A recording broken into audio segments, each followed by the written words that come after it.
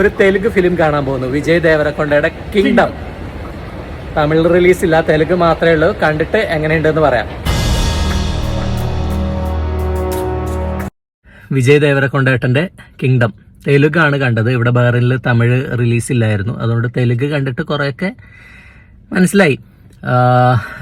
നാനിയുടെ jersey എന്നുള്ള പടം ചെയ്ത ഗൗതം തിന്നന്നൂരി, അതായിരുന്നു ഒരു പ്രതീക്ഷ. എക്സിക്യൂഷനും സ്റ്റാർട്ടിങ്ങും പ്ലോട്ടും ഒക്കെ ഗംഭീരമായിരുന്നു. ഫസ്റ്റ് ഹാഫ് വിജയ് ദേവരക്കൊണ്ടയുടെ ഒരു ഗ്രേറ്റ് കംബാക്ക് എന്ന് തന്നെ പറയാം.